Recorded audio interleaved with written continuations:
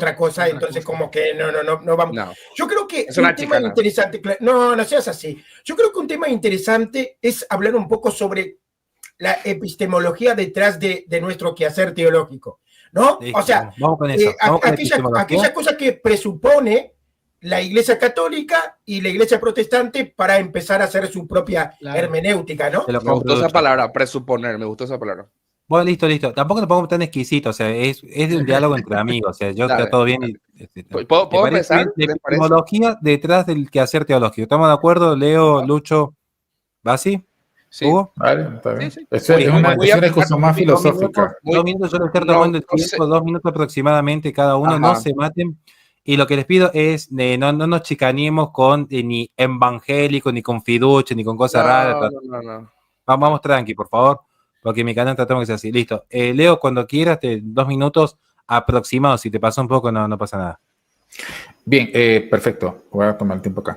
Entonces, una persona, por ejemplo, a nivel de conocimiento, puede afirmar, así como ocurre en el mundo real que nosotros, bueno, en la realidad donde nosotros captamos verdades y nosotros estamos convencidos de eso. Si alguien me dice que, por ejemplo, esto no es un sobre, que esto es, qué sé yo, una botella de plástico, yo le doy mis razones porque esto es un sobre, una botella de plástico. Entonces, yo tengo el derecho y puedo de manera consistente decir a Hugo que él esté equivocado en la medida en que yo estoy convencido de lo que yo he captado. Entonces, en ese sentido, ahora, cuando uno habla de la falibilidad, uno plantea que existe la posibilidad desde un punto de vista lógico. Cuando hablamos de posibilidad lógica, simplemente es una abstracción en la que se plantea un mundo hipotético, en este caso sería un escenario hipotético donde ocurriría eso, porque es una posibilidad lógica. Ahora, otra cosa es la probabilidad, que igual pasa en el caso de la existencia de Dios. Es probable que Dios exista por estas razones. Entonces, cuando hablamos de la respuesta, Dios es, bueno, en este caso utilizamos la palabra existir, pero se entiende que es Dios, eso no es. Hay dos respuestas, porque dos posibles respuestas, es o no es, existe o no existe, en los términos más populares, o una de las dos son las respuestas. Y por algunas razones, uno, que en este caso como no hay argumento en todo caso, así como, vamos a decirlo en toda manera, apodíctico, uno tiene razones y aumenta la probabilidad en la medida que uno está convencido de esos razonamientos. Entonces yo creo que en ese sentido, ahora yo quiero aclarar algo, no estoy vinculando en términos ya, me meto con la iglesia, la verdad de la institución. Lo que estoy diciendo es que la cuestión funciona a nivel diferente. Por ejemplo, si yo voy a una iglesia donde ellos determinan ciertas reglas, ciertas doctrinas, yo no puedo cambiar lo que ellos están ahí, ¿ok? No puedo hacerlo, pero a nivel personal, lo que uno entiende como verdad es algo que se da por persuasión. Entonces, hay dos elementos ahí, el personal y el institucional. Luchito. Justo 2 minutos, está súper entrenado, Leo. Lucho. Es que yo estoy viendo aquí el reloj del en vivo. Qué razón. Mirá qué inteligente. Nivel, Leo. Luchito, 2 minutitos, hermano. Ok. Bueno, yo, a ver, proponía ese tema porque justamente yo, como vengo del protestantismo, creo que, a ver, uno de mis problemas es con las bases de la sola escritura, aquellas cosas que se presuponen, como por ejemplo que solo la Biblia es infalible, o que la Biblia es suficiente formalmente, ¿no? O sea, la suficiencia formal de las escrituras. Esas cosas que presupone la sola escritura, para mí me da error, o sea, me da problemas. Porque, a ver, para que me entiendan un poco, para el protestantismo, partiendo de sus presupuestos, entonces, la idea de conocer, y básicamente tenía, lo que hoy planteaba Leonardo tiene que ver con esto, es como la idea de un arquero, ¿verdad?, que va a lanzar una flecha, que tiene posibilidad de embocar en el blanco o errar, ¿no? El arquero tira, tiene 50% de posibilidad de errar, como 50% de acertar, ¿no? Entonces dicen, bueno, el que tenga la posibilidad, o sea, la probabilidad de errar, no quiere decir que vaya a errar necesariamente, ¿no? Así lo puede plantear un protestante. O sea, él tiene, cabe la probabilidad de que erre, pero puede acertar. Pero el tema es que, siendo honesto con esta postura, yo creo que a esta analogía hay que agregarle una venda al arquero. ¿Por qué? Porque el arquero va a lanzar su flecha, pero nunca va a saber si acertó. porque no tiene algo objetivo que realmente le diga, mira, tiraste, tenías probabilidad de invocar y de errar, ¿verdad? Pero le invocaste. Un aplauso, le invocaste. ¿Me hacías señas? Que ya estamos en los 2 minutos, bro. Oh, bueno, ok. Eso, entonces, es como que eso, ¿no? Como que te da te deja esa brecha, ¿no? De que no sabes si invocaste o no invocaste. Algo no muy objetivo, ¿no? Listo, fantástico, Lucho. Hermano Basi, Sí. ¿te parece? Vamos, ok, tomo mi tiempo ya. Bien, acá lo que se está discutiendo básicamente es que instituciones, en este caso la protestante y la católica, vamos a ser totalmente directos, llega de manera más segura a la verdad infalible. Básicamente eso es lo que propuso Luchito hace rato y asentimos todo. Bien, hay que entender que para nosotros llegar a una verdad, no necesariamente doctrinal, porque esto después lo va a decir Hugo, te pido, Hugo, por favor, que no te concentres en que tenemos doctrinas dispares, porque repito, en la que no coincidimos son literalmente secundarias. Yo puedo salir a predicar con un calvinista, con un arminiano, con un molinista, yo puedo salir a predicar con alguien que bautiza niños, con alguien que no. Lo que no tiene que quebrantar es lo que hablaste hace rato, la regula fide. Ahora, ¿qué hacer teológico? ¿Qué principio epistémico es la que nos lleva a una verdad lógicamente más segura? Lo voy a mostrar a continuación. Nosotros entendemos que la Iglesia Católica presupone, justamente por eso me gustó esa palabra de Luchito, presupone que la Iglesia Católica, ¿sí? Per se, es la que tiene, digamos, la interpretación infalible, ¿sí? A través del magisterio, etcétera, de las Escrituras. Esta viene en una coigualdad con la infalibilidad de la Biblia, entonces por ende tienen un monopolio de interpretación de la Escritura tanto como la tradición. Entonces lo colocan en un nivel superlativo a ambos y se complementan. En el protestantismo, en el caso específico del principio epistémico de la sola Escritura, esto no ocurre. Las demás fuentes, ya sea tradición, iglesia, etcétera, son fuentes consultivas, no son autoritativas. Y solamente la autoritativa vendría a ser la Escritura, que tendría una inspiración plenaria, es decir, total. Por ende, si nosotros vamos a razonar de la siguiente manera, premisa número 1, desde su inicio la Iglesia siempre reconoció diversas fuentes de autoridad. Quiero que te centres en este silogismo, si es que poder refutar lo que yo hubo, porque te toca después. Siempre la Iglesia ha reconocido diversas fuentes de autoridad, como la Escritura, la tradición, la razón, la experiencia, entre otras. Premisa número 2, la única estructura, la única fuente de autoridad que goza la inspiración plenaria, o sea, total, la que no cambia, ¿sí? La inspiración total de Dios es la Escritura. Conclusión. Por tanto, la Escritura es la fuente de autoridad total y sosteniblemente segura y confiable para regir la doctrina y la moral cristiana. Nosotros, ¿cómo podemos decir que la tradición es infalible? Porque Roma misma ha ido cambiando la tradición. Por ejemplo, la misa de latín lo pasaron al idioma normal, etcétera, y el Papa no es infalible todo el tiempo, o sea que la Escritura es la única que mantiene eso y por tanto es la fuente más segura. Bien, nos pasamos un poquito, pero no pasa nada, o sea, no. ¿Qué son 37 segundos en la vida? Ya te bendiga, Perdón, es que quería hablar rápido, también me trabo mucho, pero... Sí. No pasa nada, si igual yo le dije, si se pasan un poco, tampoco esto es una carnicería. Hugo, hermano, 2 minutos aproximados, ¿te parece bien? Sí, está bien, no, yo empiezo. El tema de base de primarias y secundarias va a ser un problema porque nomás antes de ayer había dos calvinistas contradiciéndose el uno al otro, diciendo que no había en su denominación algo así como cosas secundarias o primarias. Todo era vinculante, todo era importante, todo era primario. Entonces, pónganse de acuerdo primero en qué es primario y qué es secundario. Concerniente al tema yo aquí no voy a dejar por fuera el tema de fides erratio, o sea, una cuestión de fe y una cuestión de razón y que estén unidas, no estén separadas. Entonces la revelación es eso, revelación, la comunicación de Dios con el hombre.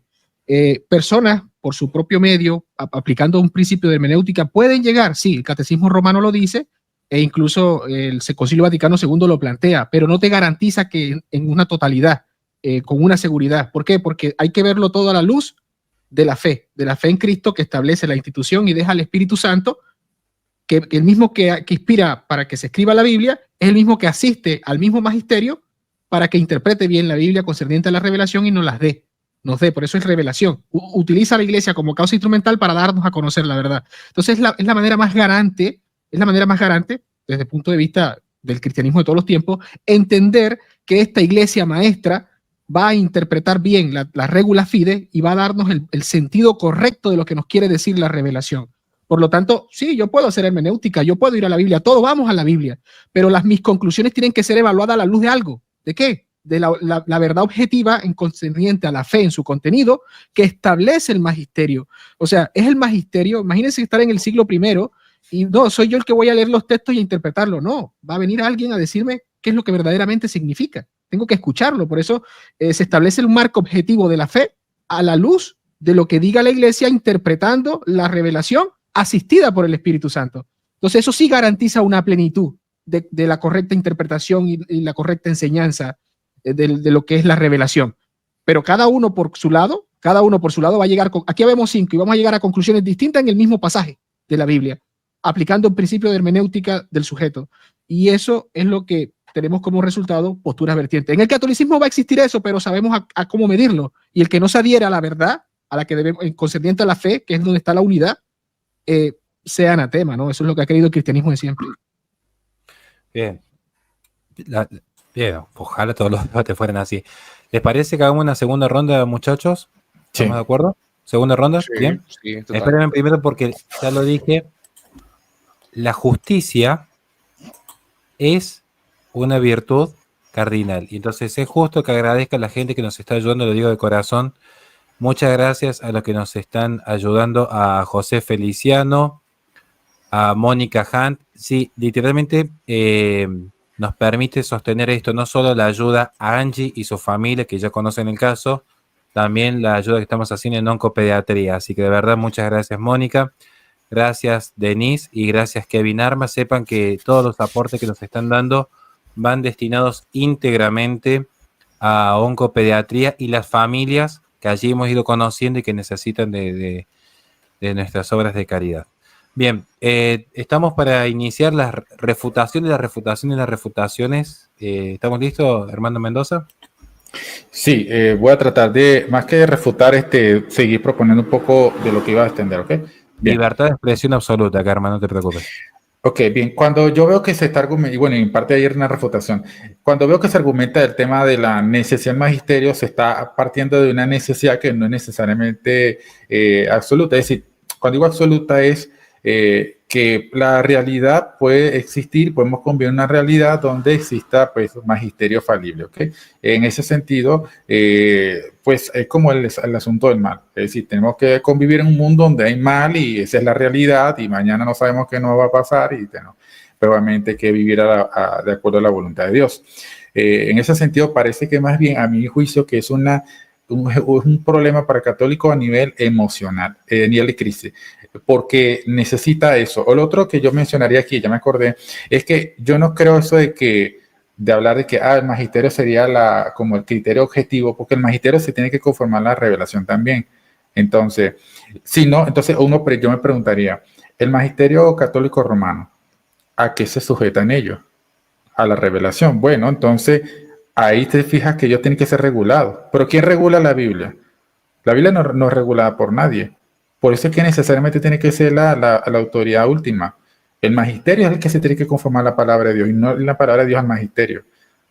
Ahora, que los laicos, sea la Iglesia Católica o la protestante, se sujeten a las determinaciones de cualquier conjunto de maestros, eso vamos a estar de acuerdo. La discusión que siempre parte en el tema de la falibilidad, ¿no? Y recuerde que esta área de la sola escritura, aunque estamos obviamente metiendo con el lado epistemológico, es con el tema de la interpretación, porque objetivamente sabemos que para demostrar la falsedad de la otra proposición, de mi proposición es mostrar la otra autoridad infalible. El tema de la discusión siempre va a existir, mismo Hugo lo reconoce. Ahora, yo quiero plantear algo aquí brevemente y ojalá el tiempo me dé, que es que fíjense cómo el asunto de la necesidad puede llevar a algo que parece incongruente. El católico cree que Dios quiere que todos los hombres se salven. Ok, pero para que todos los hombres sean salvos, pues Dios tiene que ser evidente para todos. Pero resulta que para muchas personas Dios no es evidente. Entonces yo diría, bueno, tú te imaginas que yo parta diciendo, Dios tiene que mostrarse de tal forma, incluso si es posible, hasta de una manera visible que ellos lo puedan ver, para que ellos puedan acceder a esa verdad, porque Dios quiere que se salven todos. Y por lo tanto concluyo, hago una abstracción de pensamiento y empiezo a decir, bueno, entonces Dios se le tiene que aparecer a todos, aunque sea de diferente forma, pero de manera evidente. De modo que ellos, incluso hasta un ateo, tiene que ver a Dios de manera directa. Y si lo rechazan, ya es otra cosa.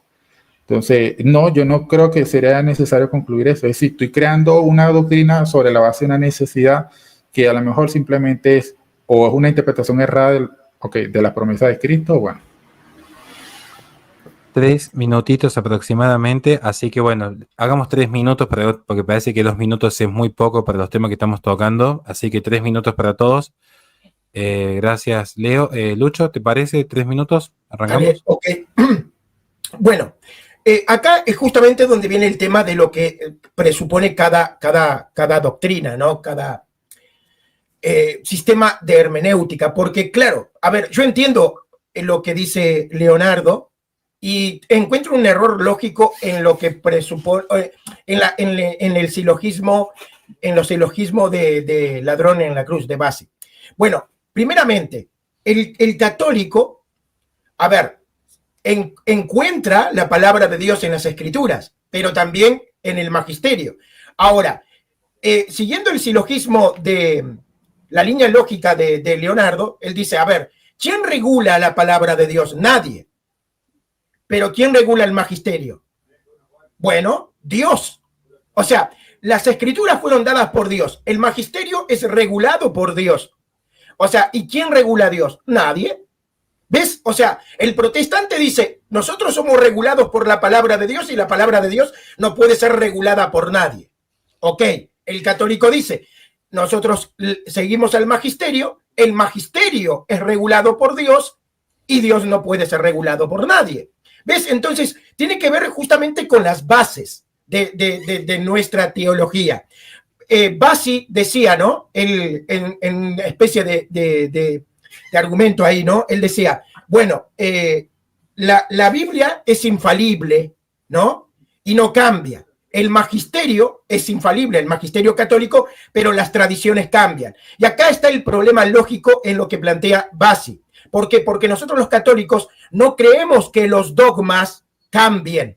O sea, lo que es infalible en el magisterio católico no cambia. Las tradiciones pueden cambiar, sí, las con T minúscula, pero la tradición que tiene esa infalibilidad no cambia, al igual que las Escrituras. Por lo tanto, yo creo que habría que ajustar un poco más el conocimiento con respecto a lo que creemos nosotros los católicos, ¿no? Ok. ¿Estamos? 2 minutos, claro, Lucho. Bueno, yo solamente me quiero despedir para que suba Monedero, porque creo que aquí el que está sobrando soy yo. Ahí hay una mente brillante que perfectamente, pues yo no le puedo atar los cordones, así que me despido, muchachos. Saludos, Si hacemos tercera ronda, sí, que suba Monedero, pero con todo gusto, si hacemos una tercera ronda ¿les parece una tercera ronda después? ¿Tienen tiempo? Yo sí. Bien, ¿estamos de acuerdo? Bien. Espérame un segundito porque justamente si va a subir Monedero, espérame un segundo. Estoy en el canal de Hugo, sí, creo que aquí está Monedero, porque si se baja un católico sí puede subir otro, pero no quiero que haya disparidad. Ahí esperamos si puede subir el profe Monedero y seguimos. ¿Vamos bien hasta acá? Leonardo, ¿va así tan cómodo? ¿Vamos bien? Sí, gracias a Dios. Bien. Listo. No sé si está allí o no allí Monedero para que suba. Le pasé el link. No sé si alguien se lo puede cambiar ahí. No, que está en el canal de Hugo. Bueno, no, arranquemos. No Se tocaba así. No se te escucha, profe. O sea, yo Le no lo tocaba escucho. así. Se escucha como abogado. Yo pensé que era yo. No Ahí estaba el moviendo. micrófono, porque yo a veces me muevo, pues, como no veo nada, los años no vienen solos, gente, ¿eh? Los años no vienen solos. Podemos hacer cosas a ver, entonces, sí, bueno, si no sube... Está en el chat de él. Está en Sí, el sí, chat. pero Estoy puede continuar, entrando. Bassi. esperen un segundo, ahí puso que está entrando. No, porque va a entrar y mi argumento no lo va a escuchar. Y ya para la Por próxima eso, ronda ya va a estar bebido. La idea es que en la tercera ronda podamos interactuar con los argumentos que están dados. Para mí que Lucho se fue a pescar, pero bueno, como no soy Lucho, no opino. Lo que sí que hay que plantear que la discusión se puede dar en varios ámbitos. Uno es, por ejemplo, el tema de la interpretación, que honestamente para mí no creo que sea tan crucial, aunque es un tema interesante, y el otro es el tema en cuanto a las autoridades, que es otra cosa. O sea, porque por lo general la discusión siempre se centra en el tema de quién tiene interpretación correcta, y vamos a estar en una discusión más filosófica. En cambio, la otra sobre el tema del número de autoridades infalibles es más específica y concreta, y de hecho tiene más el elemento teológico, que es lo que siempre he dicho, pero bueno. ¿Está bien? ¿Está bien? Sí, Ese vamos. lo podemos tratar en la próxima Sí. ronda. Ahora sí, el orden. Bienvenido, profe Monero, primera vez en este canal. Dios te bendiga a vos y a tu familia, profe. ¿Qué tal? Muy buenas noches para todos y especialmente gracias a Horacio por la invitación a tu canal. ¿Cómo estás, Horacio? Muy buenas noches para vos. Todo muy bien. Bueno, el profe Monero ha sido profe mío incluso en IEX.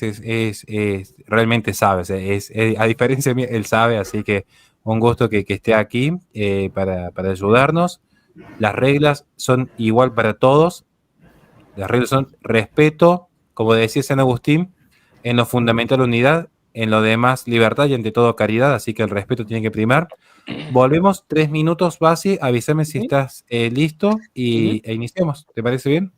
Vale. Listo, Ya. 3 minutos, hermano. Listo. Qué gusto estar con gente que sabe. Básicamente lo que propuso Lucho es relacionado al principio de epistemia. Estoy de acuerdo con Leonardo cuando él habla de que esto es una cuestión de trasfondo filosófico, porque realmente es la epistemia justamente cómo se concibe y cómo se proyectan los conocimientos y cuáles son las maneras y los contextos en que esto se adquiere. Ahora, nosotros, si vamos a seguir con la palabra de Lucho, repito, yo quiero hacer énfasis en esto y también hacer un poco alusión de lo que dijo Hugo. La Iglesia Católica presupone directamente, ya casi, y no es una falta de respeto, casi como un fideísmo, que el magisterio es infalible, ¿sí? Porque básicamente nosotros en la Escritura no vemos absolutamente a ningún solo apóstol, no vemos a ningún solo discípulo de Cristo caminar en perfección todo el tiempo. Entonces esa asistencia del Espíritu Santo en cuanto se habla, en cuanto a dogma y moral, son en momentos específicos, reitero y recalco, son en momentos específicos. Vamos a darlo por cosa que obviamente el protestante no lo cree, ¿no? Vamos a dar por hecho de que esta inspiración en esos momentos son infalibles, pero nosotros tenemos que buscar la fuente más segura, querido. Y el protestante va a sostener esto, que hay una fuente inspirada, ¿sí? Que no cambia y que está, digamos, conglomerado todo lo que Dios quiso expresar exactamente, moviendo a los santos hombres de Dios, utilizando sus personalidades, digamos, sus cuestiones personales con lo particulares que son, sin comprometer el mensaje que Dios exactamente quiso plasmar en su palabra. Entonces, ¿cuál es la falacia circular que comenta aquí el católico? Que va a decir que la iglesia reconoce a esos escritos, ¿verdad? Ya entramos en otro tema que sería canon, que no vamos a entrar en biología ni en canonicidad, pero el principio epistémico que nosotros utilizamos resguarda esa fuente más segura a la demás, que puede ser la tradición. Es el católico el único que va a decir, no, la tradición también es infalible. ¿Sí? ¿Por qué? Porque viene a estar, digamos, al mismo nivel que las escrituras, y esto es totalmente un fideísmo. ¿Por qué?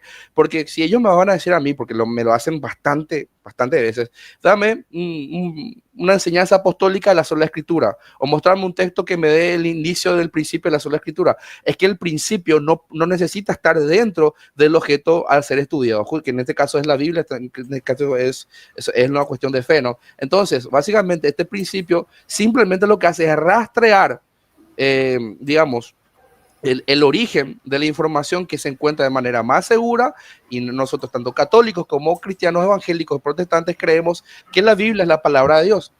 Juan capítulo 1, versículo 1 en adelante, dice que en el principio era Dios, la palabra estaba con Dios y era Dios, ¿no? Eso básicamente lo dice Juan capítulo 1, versículo 1. Entonces la fuente, como dijo el apóstol Pedro, y terminó, digamos, la fuente más segura a la cual hacemos bien en ori es la palabra de Dios. Ese es el principio que nosotros defendemos. Bien, 3 minutitos 17, todo bien, no vamos a poner tampoco tan rigurosos. ¿Estamos, Huguito? Sí. Gracias, Sí, Basi. bien, empiezo. Creo que Leo no me entendió. Yo cuando apunté al magisterio no lo apunté como si fuera el magisterio la revelación. No, lo apunté como medio, el medio que Dios ha establecido para explicitarnos la revelación.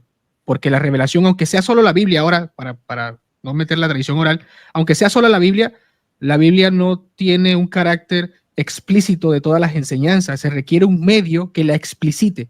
Entonces yo no recalco al magisterio como si fuera él la revelación misma, no me refiero a él, me refiero a señalarlo como árbitro, porque ¿qué regula el magisterio? Es verdad, el magisterio está al servicio, dice el catecismo, que está al servicio de la palabra de Dios, que es la revelación. Y esto quiere decir que también tiene que sujetarse a la regla. ¿Por qué? Porque es el árbitro. ¿El árbitro qué hace el árbitro? Aplica y explicita la regla.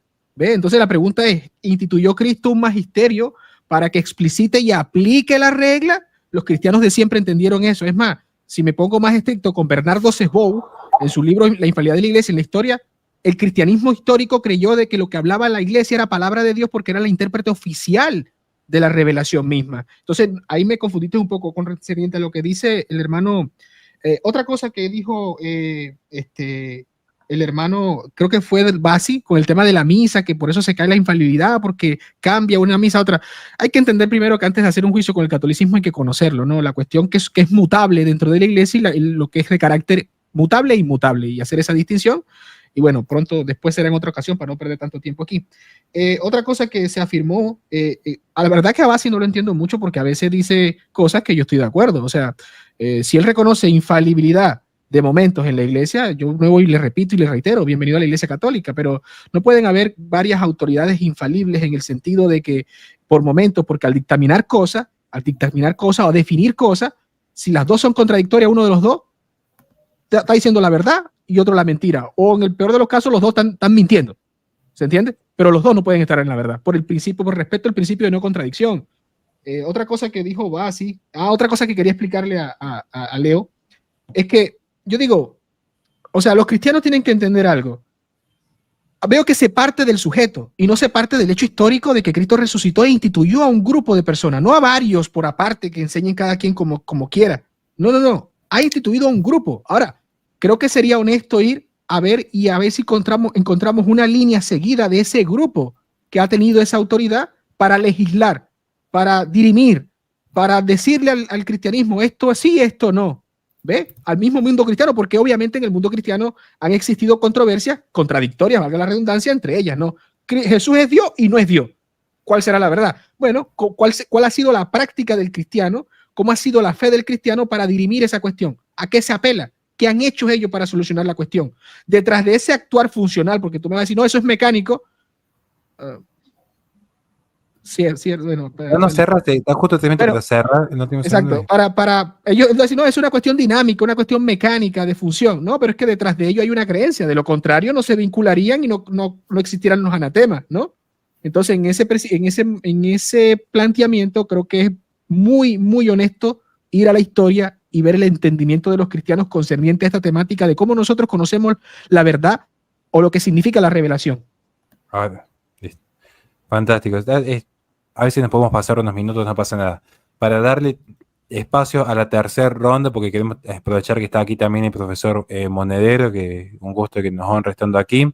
Rápidamente, quiero saludar a José Marroquín, que está ayudando con las obras de oncopediatría. A Basi, Dios te bendiga, hermano. Nos debemos un mate, creo que tengo una gira en Paraguay en febrero del año que viene, así que espero cruzarte allí y compartir unos mates amargos, como todo hombre de bien. Wes, hermano, después que termine toda esta transmisión, por una cuestión de dinámica, voy a transmitir tu pregunta que es directa a Basi, porque si no le estaríamos dando un espacio especial a él y dejando fuera el resto de los invitados. Gracias, hermano, pero le voy a transmitir esta pregunta a Basi para que interactúe. Muy bueno. Gracias, Lupi. Gracias por ayudarnos en la causa. Vanessa, Arte Otomi, que le mando un saludo muy grande, Arte Otomi, al profesor Hugo y a los invitados. Dios te bendiga, Arte. Perdón que voy rápido, gracias a la aclaración, pero por respeto a los invitados que no quiero dilatar. Leonardo, ¿te parece tercera ronda que iniciemos? 3 minutos. Ok. Listo, cuando usted decida, hermano. Ok, bien. Algunas cosas breves de lo que dijo Lisboa, con eso cierro, que él dice Dios regula el magisterio. Obviamente uno lo va a afirmar, pero no estamos hablando en el sentido providencial, sino doctrinalmente. Entonces, la Biblia sería el elemento material objetivo disponible colectivamente a través del cual Dios está regulando a la iglesia y está su voluntad expresa. Otra cuestión sobre lo que mencionaba Hugo del tema de la interpretación oficial. Bueno, las distintas iglesias de las denominaciones tienen interpretaciones oficiales, o sea, eso ha sido así, a no ser que algunas iglesias que no quieran tener confesiones, esos son raros casos, pero cada iglesia tiene su conjunto, su doctrina oficial en ese sentido. La discusión sería si la iglesia, sea cual sea, es infalible. Otro punto, cuando dice que se parte del sujeto y no del histórico, o sea, es una falacia antiquitatis, te supone que porque algo es más antiguo, algo es verdadero. Tú sabes que eso es una falacia lógica. La verdad se demuestra por la solidez de los argumentos, que tan sólidos y sostienen la premisa que uno está afirmando. Entonces, ahora me di cuenta que tú me aplicaste el tema de la contradicción. Ahí sí me lo aplicaste bien, o lo aplicaste bien cuando dijiste, no puedes decir que Bassi dice esto, porque esto sería afirmar, era algo distinto a Leonardo y no pueden ser verdaderas las dos afirmaciones. Ahí sí aplicaste correctamente en lo que es la ley de la no contradicción. Pero cuando al principio tú me dijiste, no, usted se contradice, la creencia de la sola escritura es contradictoria porque si hay diferentes interpretaciones, entonces ¿cómo es? No tienen las mismas verdades, las mismas doctrinas, pero es que uno no parte de decir que todo el mundo va a interpretar igual. Segundo, no hay contradicción, de hecho hay una perfecta congruencia en lo que uno afirma al decir, si la Biblia es la única regla infalible y el hombre, de hecho, la afirmación nuestra es positiva, es así. La escritura es infalible, el hombre es falible. Por tanto, lo que se esperaría es que el hombre pueda cometer error. Y si los hombres cometen error en el proceso de interpretación, lo que estaría ocurriendo es simplemente que la afirmación que estoy diciendo es verdadera. Entonces, eso es lo que yo diría. Y para no tenerme más tiempo, aprovecho para que también hable el otro invitado. Te ha sobrado 45 segundos, Leonardo, pero gracias. Profesor Monedero, ¿le parece que iniciemos? Sí, adelante. Cuando ustedes me digan. Cuando usted empiece a hablar, yo hago correr el tiempo, profe. Perfecto. Primero que nada, buenas noches a todos. En mi primera intervención, gracias Horacio por la invitación y gracias a Luis Lisboa que se bajó para que yo pueda subir. Hace unos minutos, unos 10, 15 minutos, se dijo por parte de Bassi una afirmación sobre la misa que me permito rectificar. Se dijo que como parte del argumento de que la tradición era falible, se dio el ejemplo de la misa y se dijo antes la misa era en latín, ahora es en castellano, luego, según Bassi, luego eso demostraría que la tradición es falible. Bueno, yo acá tengo, y me permito compartir, un documento que es el Motu Proprio Summorum Pontificum de Benedicto XVI.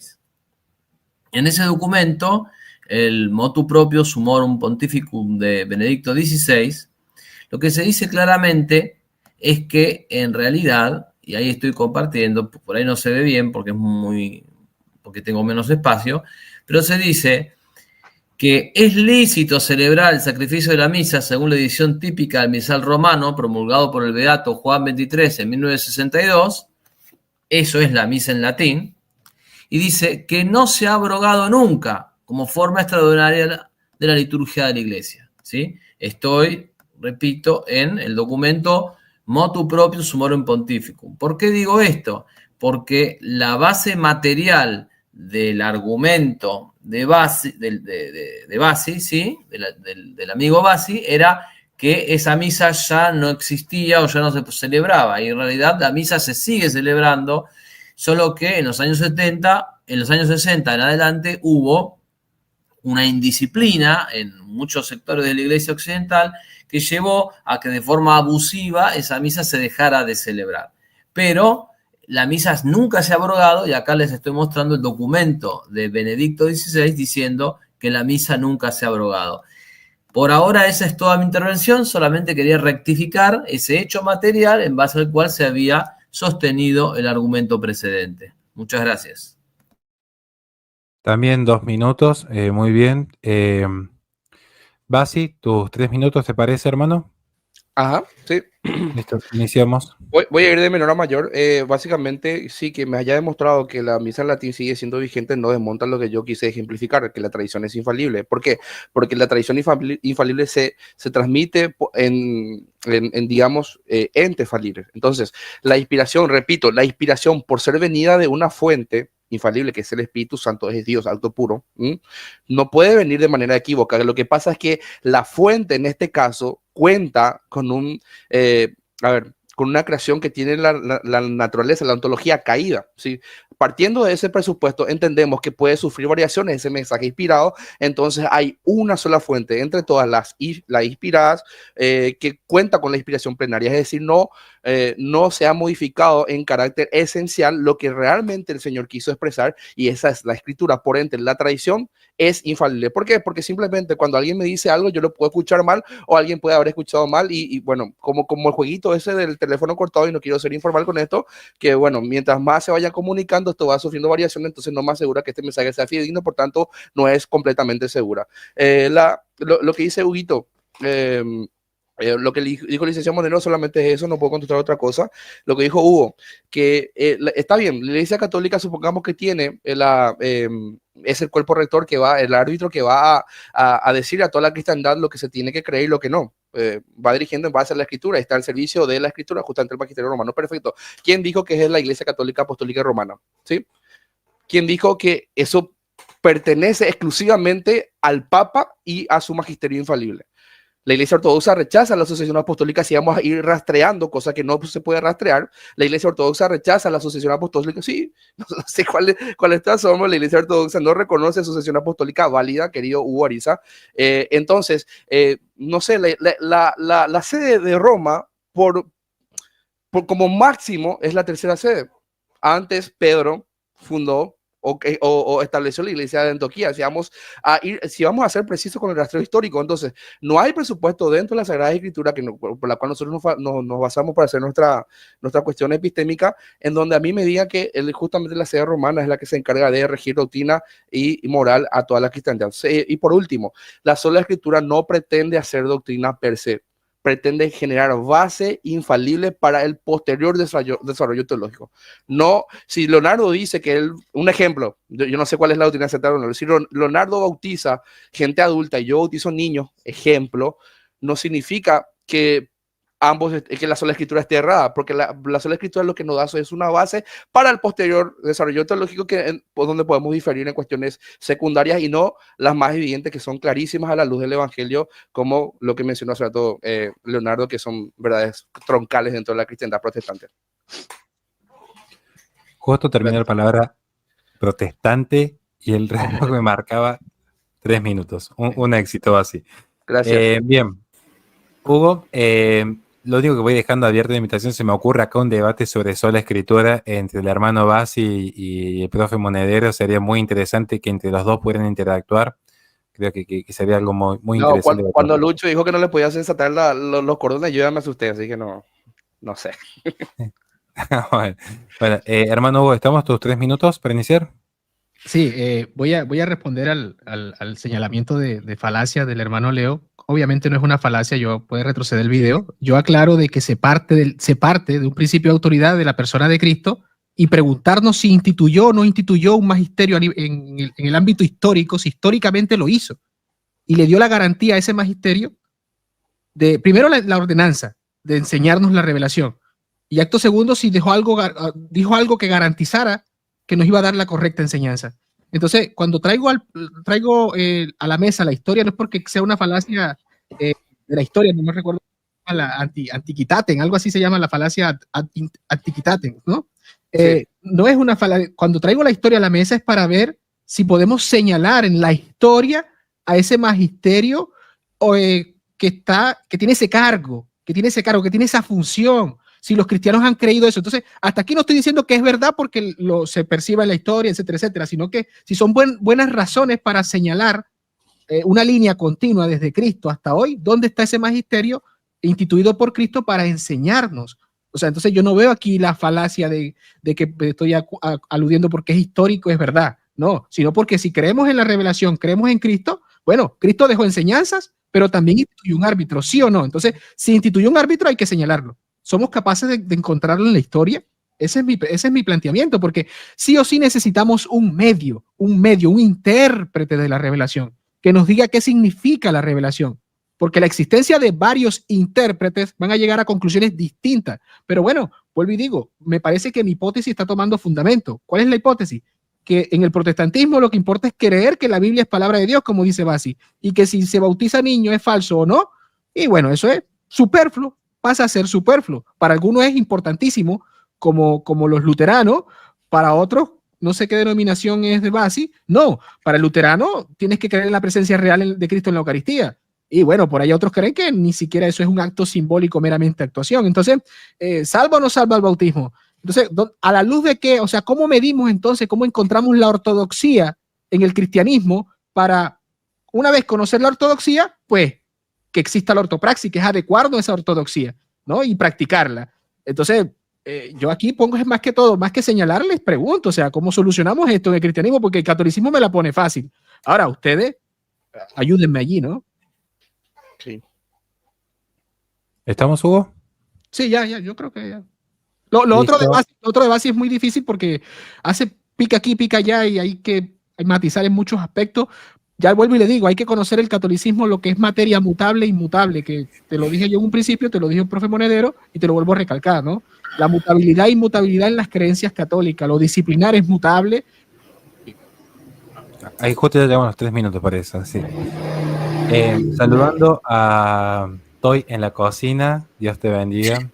Vean la película El Apocalipsis de Simón del Acre, peliculón, por cierto, ya le hemos hecho publicidad, este el hartazgo aquí, gran obra. ¿Les parece, si estamos de acuerdo, hacer una cuarta y última ronda? Porque yo mañana tengo que llevar a mi hijita al colegio y bueno, primero la familia y luego YouTube, como es una regla. ¿Estamos de acuerdo en una cuarta ronda todos? Leo, Sí. no sé si... Voy a compartir pantalla ahorita. Bueno, ¿estamos de acuerdo todos? Hugo, ¿vos también una última ronda?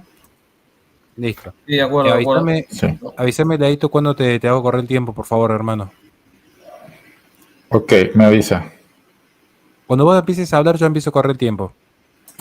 Ok, bien. Esta fuente que están viendo acá menciona lo siguiente. La fiabilidad lingüística de la tradición mishnaica, establecida por la antigua regla, más antigua que la época de Hillel, o sea, antes del cristianismo, dice aquí de que una tradición que por supuesto se transmitía de boca a boca debe repetirse con las palabras exactas del maestro de quien se había aprendido. Esta regla se observó estrictamente durante los periodos mishnaico y talmúdico. Y también vemos que en el Talmud, en Berajot 47a5, dice, la Gemara pregunta, ¿qué diferencia entre Rab haya dicho probar o comer? La Gemara explica que no hay diferencia y que la insistencia de Rab Safra enseña que uno debe decir lo que le enseñaron en el lenguaje preciso empleado por su maestro sin alterar un solo detalle. Bien, ¿a qué voy con este punto? Bueno, que ven por ejemplo en Hechos 20:35 que Pablo dice, recuerden las palabras del Señor Jesús que dijo, más bienaventurados dar que recibir. Y justamente los evangelios narra la vida de Jesús y ellos muchos, con la memoria, gracias al Espíritu Santo que se la recordó, Juan capítulo 16, ellos pudieron escribir eso y lo tenemos registrado. Pero la misma Biblia testifica de que hay cosas que Jesús dijo o hechos que no están registrados. Y obvio, o sea, no todo lo que Jesús dijo se registró, pero Pablo tenemos el caso de que él tenía memoria de esas cosas que no se registraron y lo más obvio y esperable es que Pablo, al igual que otros apóstoles, tuviesen en su memoria esas cosas que Jesús dijo. Entonces, dado que Pablo era un discípulo de Gamaliel de Hillel, esta cultura de la memorización, porque era la tecnología de aquella época, se aplicaba para memorizar y Pablo justamente lo hizo. Ahora lo que yo pregunto, que aquí en detalle, aquí donde se resuelve el asunto, ¿cuál es el contenido concreto de las palabras de la tradición oral?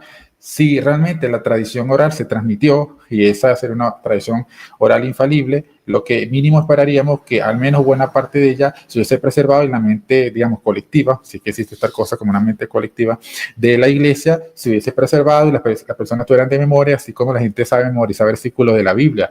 De tal manera amó Dios al mundo, yo soy el camino, la verdad y la vida, pero nadie tiene en la realidad, o sea, parábolas, dichos, hechos de Jesús que no están escritos, que sean como base y fundamento para los dogmas como infalibilidad del Papa, Asunción de María, la Inmaculada Concepción, todo lo que parte es de la escritura o interpretaciones patrísticas, que es lo que en realidad se puede acceder actualmente. Entonces, lo que nos dice a la realidad que podemos acceder es que lo que tenemos en realidad son escritos que llamamos escrituras y escritos patrísticos y los concilios. Eso, entonces, ahí yo no veo que exista una tradición infalible, que justamente sería lo que realmente sería el derrotero para la escritura en términos actuales. No existe disponible eso. Y lo otro es, aquí trato un poco con lo que dice Hugo, sobre a lo que te pregunto, tú dices, ok, yo apelo para lo del pasado para dar que es razonable.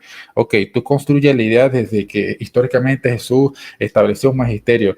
¿Cuál es la fuente para eso? Si tú dices que utilizar la escritura como palabra de Dios para fundamentarlo, presupone su autoridad sin justificarla primero.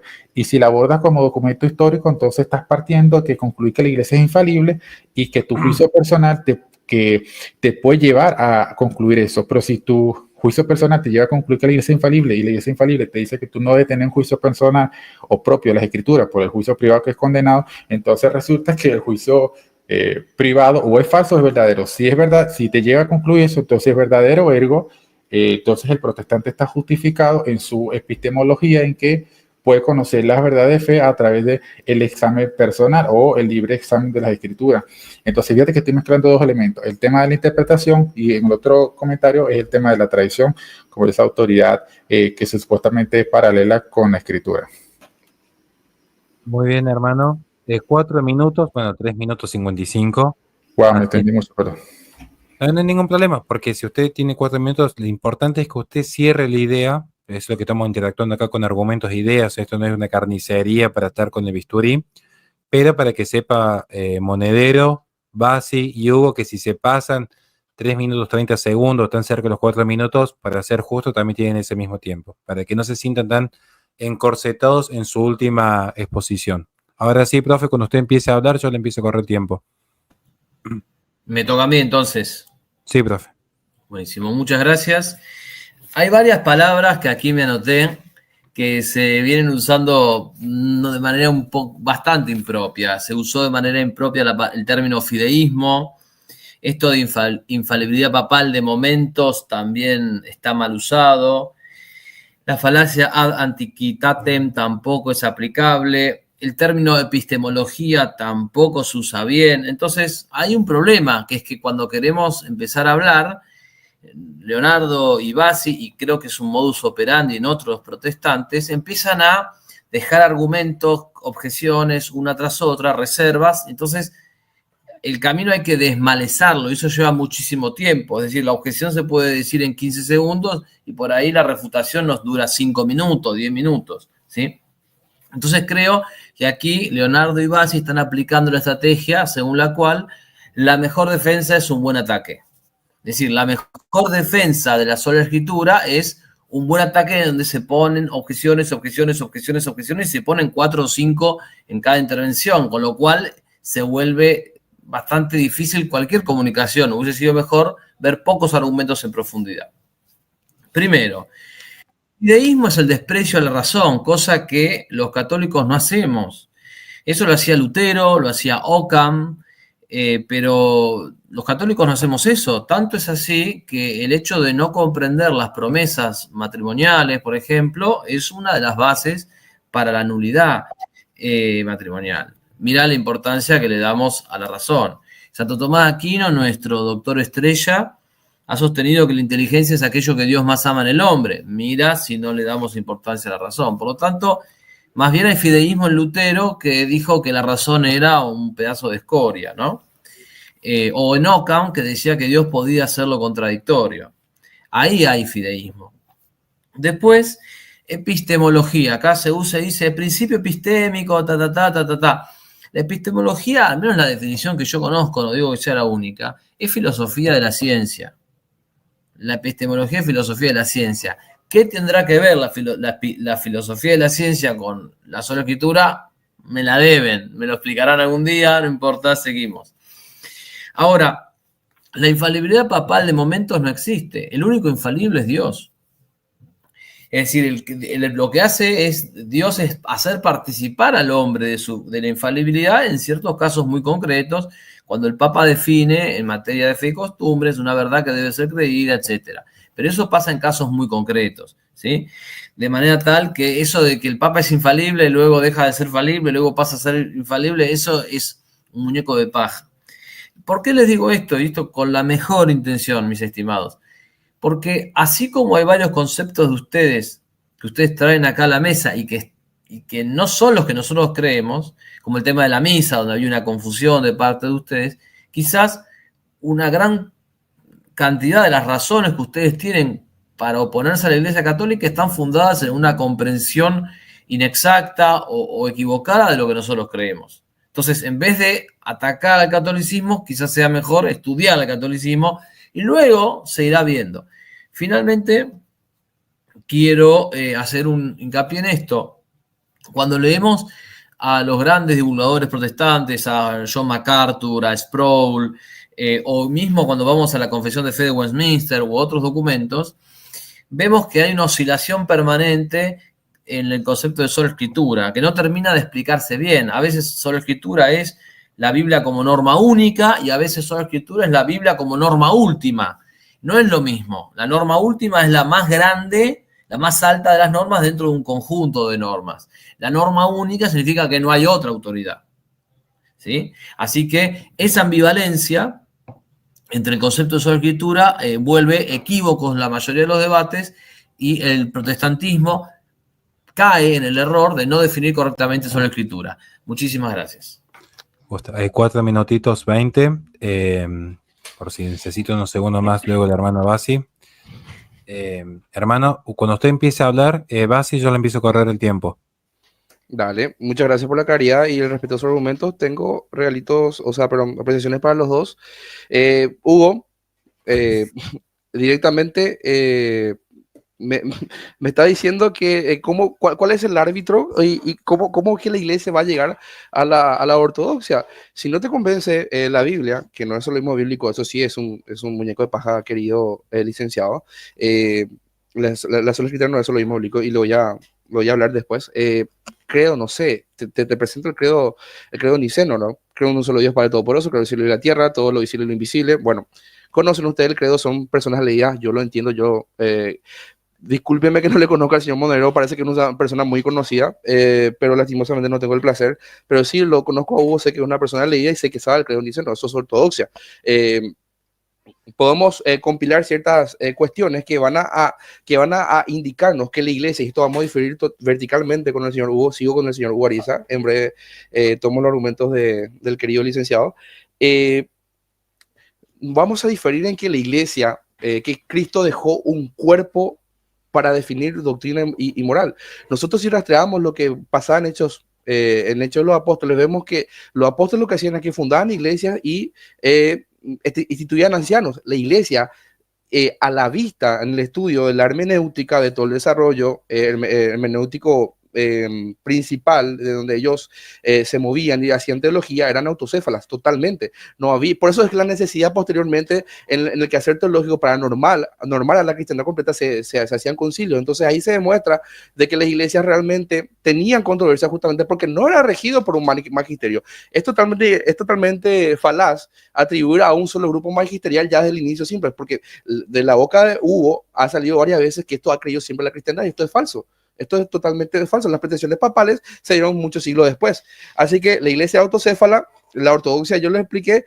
¿Y quién es la garantía? También Hugo preguntó eso. ¿Cuál es la garantía? Alguien tiene que garantizarnos lo que Dios quiere expresar. Y esto le parecerá totalmente impreciso al señor Hugo Ariza, pero justamente nuestra base de epistemología, que le voy a explicar, que el señor Monero dice que lo utilizamos mal, está en Juan 16, capítulo 16, 13 y 15. Pero cuando venga el Espíritu Santo, de verdad, Él los guiará a toda verdad. Ese es el árbitro, ese es el guía, no es un cuerpo magisterial. Ahora, yo sé que ustedes encuentran muchas palabras muchos problemas con las afirmaciones de Cristo, ¿verdad? Pero no es el tema. Si vos me preguntas a mí realmente quién es el árbitro, ya te estoy yendo quién a mí me va a guiar, no un magisterio que puede fallar, sino el mismo Espíritu Santo. Paso con el licenciado. Se presupone que no se ha estudiado el catolicismo, hay que estudiarlo, no tocarlo. ¿Cómo él sabe que yo no he estudiado el catolicismo? Punto número 1. Entonces, si yo estoy atacando hoy al catolicismo, se supone, o soy un tremendo irresponsable a hablar de algo que yo no manejo, o realmente lo he estudiado. Solamente hay dos opciones. Entonces, suponer que no lo hemos estudiado es suponer nuestra irresponsabilidad, cosa que no está pasando, y acá lo voy a desarrollar. Dice que las definiciones de la sola escritura, algunos dicen que solamente la Biblia como única autoridad, que todo está en la Biblia, eso es solo mismo bíblico, señor. No es sola escritura. Todo aquel que afirma que todas las verdades se encuentran solamente en la Biblia es un soloísta bíblico, por tanto es un hereje. No forma parte de lo que menciona el señor Hugo Ariza de la ortodoxia. Y mencionó la prima escritura como otra definición de sola escritura, que también es un muñeco de paja.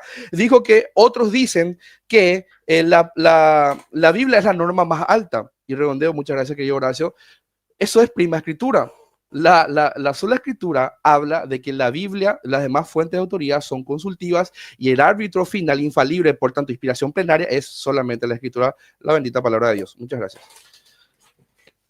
4 minutos, 5 segundos. Perdón. No pasa nada, está bien. A mí, esto, saben que en mi canal no se busca acá ni el pacatazo ni la humillación, simplemente que cada uno puede exponer sus ideas y dialogar con ideas. O sea, no, eso es lo que nos interesa. Hermano Hugo, los últimos, bueno, ya 4 minutos, ¿te parece, Hugo? Cuando empieces a hablar, te empiezo a correr el tiempo, hermano. Bien, quiero responder primero a Leonardo sobre lo que dice la Iglesia Católica. La Iglesia Católica no dice, o sea, cuando prohíbe de alguna otra manera o aconseja no hacer juicios privados es concerniente a definir doctrinas yo con un principio hermenéutico. Pero la Iglesia Católica me manda a estudiar la Biblia. Yo puedo ser biblicista dentro de la Iglesia Católica. El Lumen Gentium, se me escapa, en el capítulo Dei Verbum, capítulo numeral 12, acápite 3. Yo, en la Iglesia Católica es biblicista. Lo que no puede hacer el católico es definir cuestiones contrarias a la Iglesia en su conclusión teológica. Pero yo puedo ir a la Biblia. Entonces, en esa parte, plantearlo de ese modo. Otra cosa con el tema del lenguaje, cuando traes el judaísmo a la mesa con el término tradición. Para nosotros, tradición está muy bien conceptualizada. Yo sé que cuando uno lee erudito se puede confundir. Y no es algo arbitrario. Es algo propio del cristianismo. Por ejemplo, te estoy mostrando aquí a Magisterio Examen, una cita del mismo Bernard Sesbou, donde plantea cómo el término y la concepción que se tenía, cómo el concepto que se tenía previo al término homoousion fue condenado en un concilio en Antioquía, en un sínodo de Antioquía. Y años después, el mismo término con concepción distinta es aprobado y es dogmatizado dentro de la Iglesia Católica. Entonces, en este sentido, no hay que tener como que decir, ay no, mira, pero ese concepto de tradición es distinto y ustedes lo manejan distinto, o ya mira que manejaba el judaísmo, ahora no tiene que cambiarse nada, ningún acápite, tiene que transmitirse tal cual.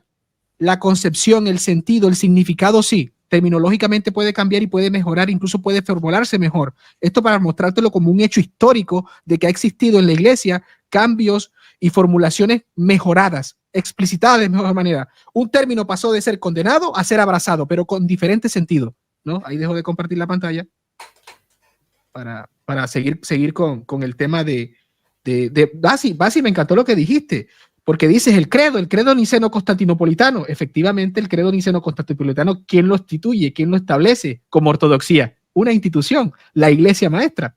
Amén, estoy totalmente de acuerdo. O sea, dijiste el credo niceno, pero ¿quién lo ha establecido? La Iglesia Maestra que se reunió, léete los cánones de Nicea y vas a ver quién es, para pertenecer a esa Iglesia Maestra, qué tiene que ocurrir, la ordenación. Entonces, meterte por allí, me estás reconociendo el punto de el medio, el magisterio como medio para establecer la regula fide, aplicar y establecer la regla, definir lo que es la regla. Leo, mira, esto es, no lo tomes a mal, pero esto es primaria. Para que exista la tradición, la transmisión, requieres del transmisor, el contenido que transmite y el receptor. La revelación. Y Cristo enseñó eso e instituyó eso. El magisterio es el transmisor que transmite la revelación, ¿verdad? También transmite cosas de cuestiones mutables, y nosotros que nos vinculamos a ese magisterio somos los receptores. Ahí se da lo que es la tradición, ¿ves? Entonces, esa tradición viene de los apóstoles, ¿me entiendes? Entonces, ¿por qué? Porque tú pareciera que pidieras una Biblia paralela, enseñanzas paralelas, y no, están estrechamente vinculadas, va a decir la Dei Verbum. ¿Ves? Acápite 8, acápite 10, están estrechamente, y acápite 9, están estrechamente vinculadas. ¿Por qué, Leito? Porque habría que preguntarse, ¿el concepto consustancial está en la Biblia? Para definir el dogma de la Trinidad, ¿está en la Biblia? No lo está. ¿Es palabra de Dios? ¿Consustancial es palabra de Dios? Amén, es palabra de Dios. O sea, pero esa no está en la Biblia. Pero ves que para definir la doctrina se requiere para que exista armonía y exista lo que significa explicitación, formulación explicitada. Bueno, gracias, profe. Llevamos justo los 4 minutos. Bueno, veo que han quedado muchos temas aquí. Perdón que que ya tenemos que ir cerrando, pero ya es tarde. Si